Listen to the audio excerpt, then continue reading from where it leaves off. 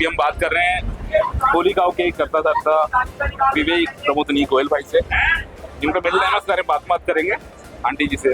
सो विवेक भाई, welcome to Delhi once again. Thank you so much. पिछले 2 addition में भी इनसे मुलाकात हुई थी, तो इनसे मिला भी ना, तो ये यहाँ का जो आना जुना है वो पूरा होता नहीं है। तो विवेक भाई कुछ बताइए इस नए एडिशन के बारे में, और फिर हम बात करेंगे आपके नए संस्करण के बारे में जो कि ऑल न्यू होलिका एडिशन है, और उसके अंतर्गत क्या क्या नए प्रोजेक्ट, क्या नए टाइटल सारे, उसके बारे में बताइए। जैसा कि हम सब जानते हैं, कॉमिक कॉन शुरू हुआ था 2011 में। तो 2011 से अब तक सारे एडिशंस मैं अटेंड कर चुका हूँ, और ये हमारा समझ लीजिए 13वां साल है मेरा और कॉमिक कॉन के एसोसिएशन का, and we are really going strong. 12th या 13th एडिशन है, हाँ जी, क्योंकि 2011 में दिल्ली हाट में पहली बार हुआ था, तो 12वां या 13वां एडिशन है। तो and we are going really strong, और अब तक काफ़ी अच्छी ज़बरदस्त लाइब्रेरी बिल्डअप कर चुके हैं। एक already existing and working super hero universe में काम चल रहा है, और अब एक नया इनिशिएटिव स्टार्ट किया है हमने, जिसका नाम है ऑल न्यू होलिकाओ जी। हाँ, तो इसके अंतर्गत आपने जो टाइटल्स प्लान किए हैं, अगर आप उनकी एक टाइमलाइन भी बता सकें तो थोड़ा अच्छा रहेगा। सो बेसिकली ऑल न्यू होलिकाओ के बारे में मैं पहले ये बताना चाहूँगा कि आप समझ लीजिए जिस तरह से कोविड के पहले दुनिया अलग थी और कोविड के बाद की दुनिया अलग है। रहन सहन, ये आपका पॉप कल्चर और सारी चीज़ों में बदलाव आए। मतलब एक तरह से ये कह सकते हैं कि कोविड के पहले की दुनिया, कोविड के बाद की दुनिया। सो इसी तरह से ऑल न्यू होलिकाओ से पहले की जो पब्लिकेशन और जो प्रिंटिंग थी वो अलग किताबों की थी। कहने का मतलब ये है कि कुछ काफ़ी चीज़ें स्टैटिक नहीं थी, ठीक है। कुछ जैसे कोई कॉमिक 80 पेज की आ गई, तो कोई कॉमिक 60 पेज की आ गई, तो कभी कभी हमने 22 पेज की किताबों में भी एक्सपेरिमेंट किए।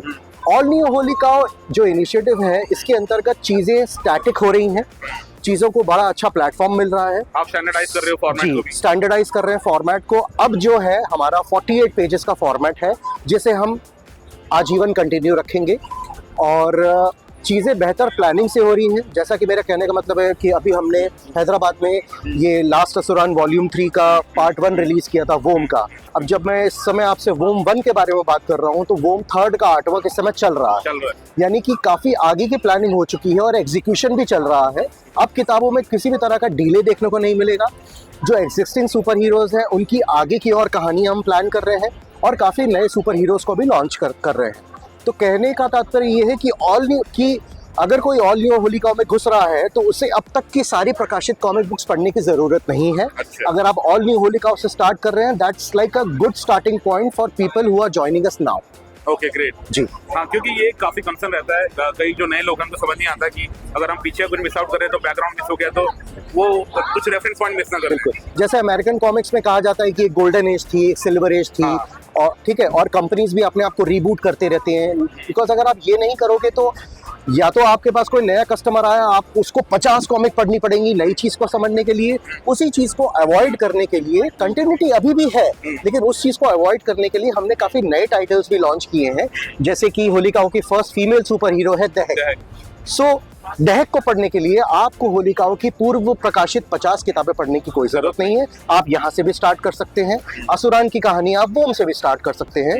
तो ऑल न्यू होलिकाओ इनिशिएटिव का एक इम्पॉर्टेंट कदम ये भी है कि ये नए रीडर्स यहीं से पिकअप कर सकते हैं, और फिर अगर वो चाहें तो होलिकाओं की हिस्ट्री समझने के लिए, कैरेक्टर्स की हिस्ट्री समझने के लिए हमारी प्रीवियसली प्रकाशित किताबों को भी देख सकते हैं। ये वोम के बारे में थोड़ा बताइए। I think it's a series called Weapon of Mass Extinction. वो एक्चुअली एक्रोनिम है, ठीक है। उसका फुल फॉर्म है वेपन्स ऑफ मास एक्सटिंक्शन। ये लिख रहे हैं मिस्टर विजय रविंद्रन, जिन्होंने इससे पहले याली ड्रीम क्रिएशंस के लिए कोड नेम अल्फा लिखी है, और उनके साथ समझ लीजिए 3 साल से मैं काम कर रहा हूँ। यानी कि पहले ये प्लान की गई थी 150 पेज की 3 किताबें, बट फिर बाद में हमने देखा कि प्रिंट प्रोडक्शन का कॉस्टिंग ओवरशूट हो रही है, सो इसको हमने डिवाइड किया 80-80 पेज की 4 किताबों में। तो विजय मतलब समझ लीजिए जैसे आपने वुल्वरीन का पढ़ा होगा वेपन एक्स, ठीक है। वेपन एक्स की कहानी ने उसके ओरिजिन और उसकी सारी चीजों को रिवैम्प करके रख दिया था। वेपन एक्स से पहले का वुल्वरीन अलग और बाद का वुल्वरीन अलग। वो वही काम कर रहा है। लास्ट असुरन जो कैरेक्टर है उसको टोटली रिवैम्प कर रहा है, और एक सुपर मैच्योर रीडर्स के लिए तैयार कर रहा है इसको। तो इससे पहले की भी 2 वॉल्यूम आ चुकी हैं लास्ट असुरन की, लेकिन आप चाहें तो आप वोम से ही कंटिन्यू कर सकते हैं, आपको वो 2 वॉल्यूम पढ़ने की जरूरत नहीं है। स्टोरी सेटअप बहुत मैच्योर्ड है और बिजॉय ने एक बहुत ही सुंदर चीज इसमें की है। जिस तरह से देखिए टोटल वर्ल्ड बिल्डिंग होती है एक, जिसमें होलिकाओं के सारे कैरेक्टर्स आ रहे हैं, लेकिन एक इंडिविजुअल कैरेक्टर का भी एक वर्ल्ड बिल्डिंग होती है जिसमें उसकी एक अलग दुनिया दिखाई जाती है। वूम के साथ असुरन की वर्ल्ड बिल्डिंग हो रही है, इससे रिलेटेड कैरेक्टर्स आ रहे हैं और इसका एक छोटा सा पॉकेट यूनिवर्स बन रहा है। बट ओरिजिन तो सेम रहेगा या इसमें नहीं, ओरिजिन सेम है, रीबूट नहीं किया है, लेकिन उस ओरिजिन को यूज करते हुए कहानी बहुत मैच्योर ऑडियंस के लिए। बट जो लोग जैसे नए शुरू कर रहे हैं वूम से ही जी, तो उनको असुरन का ओरिजिन मिस नहीं होगा? असुरन के ओरिजिन के लिए बुक की स्टार्टिंग में 4-5 पैरा का आपको समरी मिल जाएगी या बुक के पीछे मिल जाएगी, आप वो पढ़ लें और उसके बाद आप डायरेक्टली वूम स्टार्ट कर सकते हैं। ठीक है। और ये दहक आपका काफी इंटरेस्टिंग लगा था ये टाइटल। इसका सेकंड पार्ट कब तक प्लान कर रहे हैं? इसका सेकंड पार्ट अभी कुछ प्लान में नहीं है, बिकॉज मैं चाहता हूँ कि तो दहक के राइटर है विजेंद्र मोहंती, जिनके साथ मैंने रावणायण जैसे प्रोजेक्ट में कोलैबोरेट किया था। मोहंती जी काफी एक्टिव रहते हैं, ठीक है, नेशनलिज्म की चीजों में हमने देखा है तो वो उसमें बहुत अंदर तक घुसे हुए हैं, तो बड़ी मुश्किल से मैंने उनको वापस लेकर आया कॉमिक्स में और दहक की स्टोरी हमने प्लान की, जिसको करने में साल के ऊपर लग गया।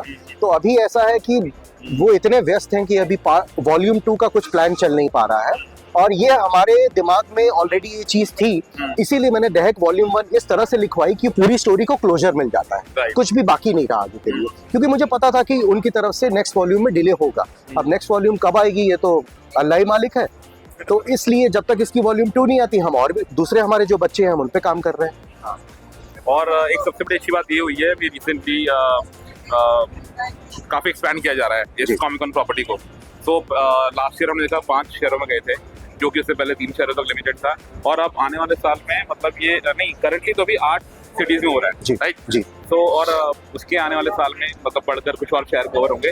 तो जिस तरह से इसका विस्तार हो रहा है almost round the year kind of property बन गई है, ऑलमोस्ट थ्रूआउट द ईयर चलती रहती है जी। तो I think it's a good news for you. It is a very good news for you. अगर आप मानसून को छोड़ दें, 4 महीने का मानसून छोड़ दें और मई जून छोड़ दें, 6 महीने, तो 6 महीने आपका एक ब्रेक रहता है और बाकी 6 महीने आप लिटरली सूटकेस पैक करके रेडी रहिए कि हर 2-2 वीक में भागना है। ये विस्तार बहुत पहले हो जाना चाहिए था और ये हो भी रहा था। 2019 में फरवरी में अहमदाबाद कॉमिक कॉन हुआ और उसके जस्ट 15 दिन बाद मोदी जी ने लॉकडाउन लगा दिया, और 2018-19 का जो फाइनेंशियल ईयर था उसमें पहली बार 5 कॉमिक कॉन हुए थे। यानी कि अगर लॉकडाउन और कोविड नहीं आता तो इस समय ऑलरेडी 10 या 12 कॉमिक कॉन हो रहे होते, क्योंकि कोविड ने पूरी दुनिया को 3 साल पीछे धकेल दिया। तो जो कॉमिक कॉन का प्लान, एग्जीक्यूशन और जो भी था वो भी 3 साल पीछे, उसने भी बैकसीट ले ली। तो 5 कॉमिक कॉन होते होते जब कोविड के बाद पहली बार कॉमिक कॉन शुरू हुए 2021 में मेरे ख्याल में, तो 3 किए इन्होंने सेफ साइड में रहते हुए, और उसके बाद लास्ट ईयर 5 हुए। उसके बाद अभी ये हुआ है कि कॉमिक कॉन जो है इसकी सेल हो गई है, नॉर्डविंग गेमिंग कंपनी ने कॉमिक कॉन को एक्वायर कर लिया है, तो वो अपना बिजनेस अब विस्तार कर रहे हैं, बढ़ा रहे हैं। तो ये करके उन्होंने इस साल जो है पूरे सीजन में 8 इवेंट रखे, जिसमें इन्होंने अहमदाबाद, पुणे और कोलकाता, ये 3 सिटीज ऐड करी हैं। पुणे तो कोविड से पहले भी 2 बार हो चुका है और अहमदाबाद तो कोविड से जस्ट पहले हुआ था। तो ये मतलब इनका 2 सिटी में श्योर शॉट है कि यहाँ अच्छा बिजनेस हो सकता है, बिकॉज इनको भी अपना कोलकाता में मुझे भी काफी मतलब हाँ, Kolkata is like a big thing. Kolkata में बहुत लोगों की निगाहें हैं, खास करके जो बुक पब्लिशर्स हैं और वेंडर्स हैं उन लोग की, because Kolkata is a reading. बिल्कुल बिल्कुल बिल्कुल। हमारी भी वेबसाइट से जितनी किताबें जाती हैं, मेरे पास तो डेटा है, मैं आपको बता रहा हूँ 20 से 22% सिर्फ कोलकाता में मैं शिप करता हूँ किताबें, और बाकी 80% पूरे इंडिया में जाती है। तो कोलकाता से बहुत उम्मीद है, बिकॉज वहाँ 2 ही लैंग्वेजेस चलती हैं, तो इंग्लिश या बंगाली, और मेरा काम टोटल इंग्लिश कॉमिक बुक्स का है, और कोलकाता में वैसे भी मेरे बहुत रीडर्स हैं, तो कोलकाता से जी बहुत उम्मीद है। मतलब मैं अगर कहूँ तो इस पूरे 8 इवेंट के सीजन में सबसे बेस्ट 3 इवेंट हो सकते हैं। बैंगलोर आपका जो बहुत अच्छा होता है, मुंबई जो कि बहुत अच्छा होता है, और कोलकाता हो सकता है काफी। इनफैक्ट कोलकाता वाले खुद एक्साइटेड है। जब ये ऑफिशियल अनाउंसमेंट की गई थी, मुझे कम से कम 20 से 25 डीएम आए कि सर सही में हो रहा है, आप आ रहे हैं कि नहीं आ रहे हैं। तो जी बिल्कुल, तो वहाँ का पॉप कल्चर का मार्केट बहुत ज़्यादा है। तो या we are keeping our fingers cross कि देखिए कोलकाता अच्छा हो, और अगर अच्छा होता है तो ऑब्वियसली आगे के लिए कई रास्ते खुलेंगे। इनको और भी सिटीज एक्सप्लोर करनी है, तो हो सकता है इसके बाद और भी कॉमिक कॉन्स देखें। मतलब लिटरली ऐसा हो सकता है कि 6 महीने में ऑलमोस्ट हर 2-2 वीक में एक शहर में कॉमिक कॉन हो रहा है, और हमें तो यही चाहिए। बिल्कुल। और अभी रिसेंटली मतलब जो हिंदी में ट्रांसलेटेड कॉपी थी उसका बिजनेस कुछ ज्यादा मतलब फ्रूटफुल नहीं रहा जी। सो आप एक बिजनेसमैन भी हैं जी। क्रिएटिव साइड से होने के बावजूद, तो आई थिंक इट वाज मतलब काफी रैशनल था उसके पीछे जो आपने डिसीजन लिया कि आप हिंदी ट्रांसलेटेड उसमें बिजनेस में नहीं जाएंगे। जी बिल्कुल, तो वो एक कॉन्शियस डिसीजन था और बिल्कुल। आप स्टिक बाय इट। हिंदी देखिए, मुझे अगर सेल मिले तो हिंदी क्या, मैं तो तमिल तेलुगु में भी जो है बुक्स पब्लिश कर दूं। लेकिन क्या हुआ, स्टार्टिंग में ना हिंदी का रिस्पांस रावणायण और अघोरी जो मैंने निकाली थी उस समय बहुत सॉलिड हुआ था, जिसने मुझे बहुत प्रोत्साहित किया कि मैं एक करके अपने सारे कैरेक्टर्स की पूरी वॉल्यूम हिंदी में निकालूं। बट पता नहीं उसके बाद क्या हो गया, आने वाली जो बुक्स थी जैसे शैतान सिंह हो गई और अभी जो दहक है और मुंडमाला है, इसकी सेल इतनी गिर गई एकदम, मतलब मैं 1000 कॉपी का प्रिंटर ले रहा हूँ तो मेरी 100 कॉपी बिक रही है, जिसमें मेरी मेकिंग तक नहीं निकल रही है। तो मुझे लिटरली ये हो गया कि मुझे 3 से 4 महीना प्रिंटिंग का ब्रेक देना पड़ा, बिकॉज ये मुंडमाला और दहक हिंदी के चक्कर में मेरे 3.5-4 लाख रुपए मेरे मार्केट में फंस गए। तो अब मैं जो मेरा पैसों को मैं हमेशा 2 भागों में विभाजित करके रखता हूँ, एक मेरे क्रिएटिव्स के लिए होता है और एक प्रिंटिंग के लिए होता है। अब मैं क्रिएटिव्स के पैसों को तो हाथ नहीं लगाऊंगा, जो लोग मेरे साथ 10-10 साल से जुड़े हुए उनको ये तो नहीं मैं बोलूंगा कि यार थोड़ा लॉस हो गया है, तेरा पैसा 2 महीने बाद दूंगा, उनको मिलते रहना चाहिए। मैं प्रिंटिंग रोक रहा हूँ 3 महीने के लिए अपनी, ताकि मैं थोड़ा बैलेंस आउट हो जाऊं, ताकि फिर से निकालूं। तो मुंडमाला पे हमने रोका, मतलब मुझे देखिए ये लगा कि चलिए मुंडमाला तो रीप्रिंट है स्कल रोजरी का, शैतान वगैरह ये सब भी रीप्रिंट ही है, बट दहक तो पहली ओरिजिनल किताब थी जो हिंदी में नई आई थी, उस तक को रिस्पांस नहीं मिला, उसकी भी कुछ 150 कॉपी मैंने बेची। तो हाँ, ये मेरे लिए ज्यादा डिसअपॉइंट है, बिकॉज अगर रीप्रिंट की आपकी कम कॉपी बिक रही है तो इट इज बट ऑब्वियस कि भाई आधे से ज्यादा लोग उसे इंग्लिश में पढ़ चुके हैं, अब वो हिंदी में नहीं पढ़ना चाहते, वो क्यों लेंगे। लेकिन हिंदी में जो कॉमिक पहली बार निकली है उसको अगर ऐसा रिस्पॉन्स मिल रहा है तो मैं तो मतलब मुझे तो समझ में नहीं आया कि ये क्या है, क्यों ऐसा हो रहा है, क्योंकि दहक को सक्सेस मिलना चाहिए था। तो फिर मैंने सोचा कि अब इससे पहले कि मैं दीवार पे सर मारता बैठूं कि क्यों हो रहा है, ठीक है, इसको संभाल लो, इससे पहले कि 3 लाख से और ऊपर का नुकसान हो जाए, 4-5 लाख के डेप में आ जाऊं मैं, जिसका इफेक्ट सीधा मेरी इंग्लिश कॉमिक्स पर पड़ेगा, उन किताबों में जिन्होंने मुझे हमेशा सपोर्ट किया है। मेरे इंग्लिश रीडर्स को प्रॉब्लम होगी जिन्होंने मुझे हमेशा सपोर्ट किया है। तो मैंने सोचा अभी के लिए कम से कम जब तक मेरे पास 15-20 लाख रुपए बैंक में पड़े हुए नहीं होंगे जिनका मुझे कोई काम नहीं होगा, तब तक हिंदी नहीं निकालूंगा, बिकॉज आपका पैसा फंस जाता है, अब वो किताबें नहीं निकाल पाते हो जिसका ऑलरेडी मार्केट है आपके पास। तो मुंडमाला के बाद इसके लिए हिंदी को बंद किया। इतना इन्वेस्टमेंट किया, कम से कम ब्रेक इवन तो हो जाए। जी, ब्रेक इवन भी नहीं हुआ है ना। मुंडमाला और दहक हिंदी की मेरी कॉस्टिंग तक नहीं निकली है, प्रॉफिट तो बहुत दूर की बात है, और किताब की प्रिंट प्रोडक्शन क्वालिटी में कोई प्रॉब्लम नहीं है। आइए विनीत, अब थोड़ा आंटी से बात करेंगे। आंटी जी, एक सवाल है मेरा आपसे। अभी ये सिटीज, हाँ बैठिए साथ। सो मैंने आपको एक नाम बताया था, एक प्रमुखनी को, प्रमुखनी आंटी से बात कर रहे हैं, बाकी आप समझाना इट्स क्वाइट ऑब्वियस, ये माता जी है। तो आपसे पूछना है कि अब जैसे सिटीज बढ़ रही हैं, यहाँ पे कॉमिक कॉन्स के मतलब संस्करण बढ़ रहे हैं, तो ट्रैवलिंग बहुत ज्यादा होने वाली है। तो बेटा तो जिद्दी है, पर बेटा के आप स्ट्रेस टैक्स भी है, यंग भी है, आप कैसे मैनेज कर पाएंगे आप ये? तो जैसा कि आपने बोला सिटीज बढ़ रही है, हाँ, तो मैं तो बहुत खुश हूँ, 10 नहीं 12 हो जाए, हाँ, मेरा बेटा खुश तो मैं खुश, और उसमें वो आपको एनर्जी देता है। यस, बिल्कुल एनर्जी मिलता है। प्लस दूसरी चीज ये भी है कि मेरी मदर खुद भी एक बिजनेस वुमन है, उनका अपना फैशन बुटीक है, तो वो अभी तक काम कर रही हैं। हाँ, तो इस उम्र में ज्यादातर ये देखा गया है कि जो लोग हाथ पैर चलाते रहते हैं वो चलते रहते हैं। बिल्कुल। और कॉमिक कॉन में, हाँ, कॉमिक कॉन में इनको बहुत मजा आता है। तो एक बार मैं बैठ सकता हूँ, लेकिन ये आएंगी यहाँ पर कॉमिक्स पे, ये कंफर्म।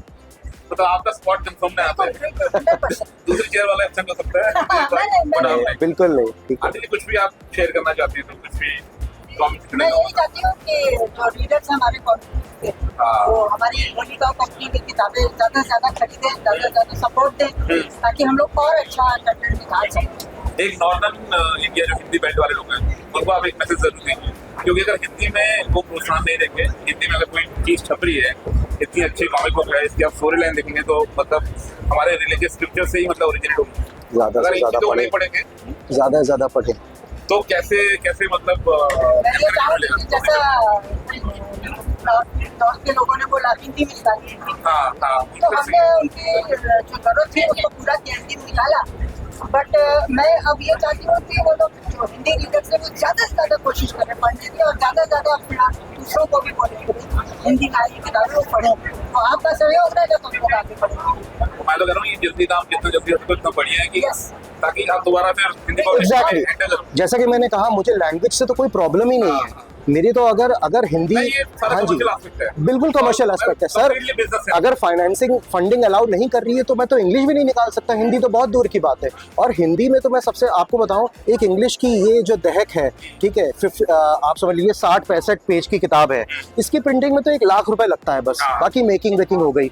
मैंने आज तक, जैसा हिंदी बेल्ट वाले ये ना समझे कि मैं उनसे प्यार नहीं करता, मैं उनका ख्याल नहीं रखता हूँ।